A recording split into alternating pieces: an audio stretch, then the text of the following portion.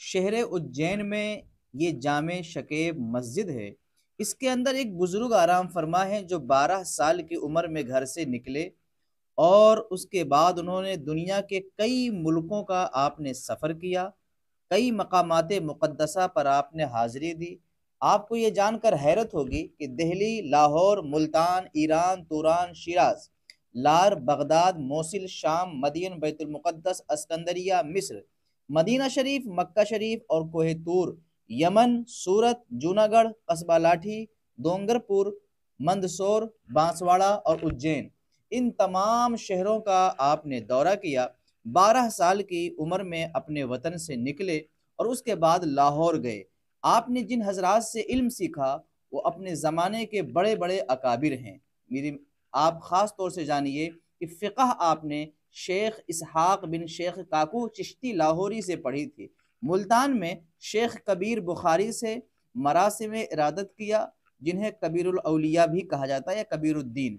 حضرت غوث الاولیاء سید محمد غوث گوالیر کی صحبت اختیار کی، اور حضرت سید محمد غوث گوالیری کے خلیفہ شیخ مبارک دانش مند سے آپ نے جواہر خمسہ کو مکمل طور سے پڑھا۔ آپ بغداد شریف جب حاضر ہوئے تو سید زین الدین جو امام و متولی سرکار غوث پاک کے روضہ پاک سے تھے، ان سے آپ نے فیض حاصل کیا۔ حضرت یونس علیہ السلام کے مزار مبارک پر حاضر ہوئے، ملک شام میں شیخ حسن چشتی کا دیدار کیا، مدین میں سیدنا شعیب علیہ السلام کے روضہ پاک پر حاضر ہوئے، مصر میں اس زمانے کے بہت بڑے محدث شیخ محمد بکری سے آپ نے حدیث و تفسیر سیکھی۔ اس کے بعد مسجد اقصی میں تشریف لائے اور نماز ادا کی، اور اس کے بعد سیدنا شیخ ابو الحسن شاذلی کے روضہ پاک کی زیارت کی۔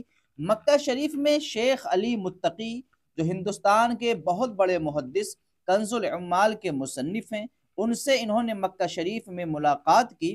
دراصل ملاقات سے پہلے 12 سال تک کوہ طور پر آپ نے چلہ کیا تھا۔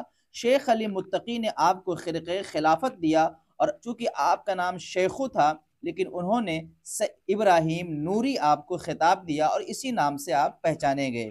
صورت میں آئے یہاں شیخ جمال کوری، سید ابراہیم اور دیگر سید حبیب اور دیگر حضرات سے ملاقات کرتے ہوئے سلطان خواجہ احمد دانشمند جو سرکار گیسو دراز بندہ نواز کے خلفاء میں سے ہیں، اور اس کے بعد ہوتے ہوئے منصور ہوتے ہوئے شہر اجین میں تشریف لائے۔ 978 ہجری میں اجین میں آئے۔ 1016 ہجری میں صاحب گلزار ابرار نے ان سے ملاقات کی اور ان کی آپ بیتی کو گلزار ابرار میں نقل کیا۔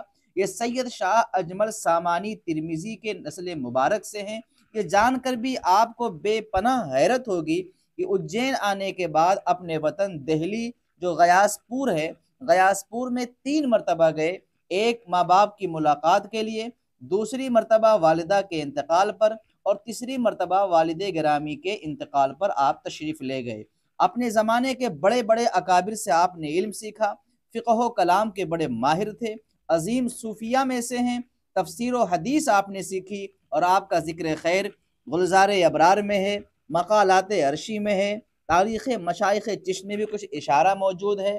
اس کے علاوہ نزہۃ الخواطر دیکھیے، تاریخ مالوہ دیکھیے، مشائخ احمد آباد دیکھیے، اور کئی کتابوں میں آپ کا ذکر خیر ہے، آپ کا روضہ پاک جامع شکیب مسجد کے اندر ہے۔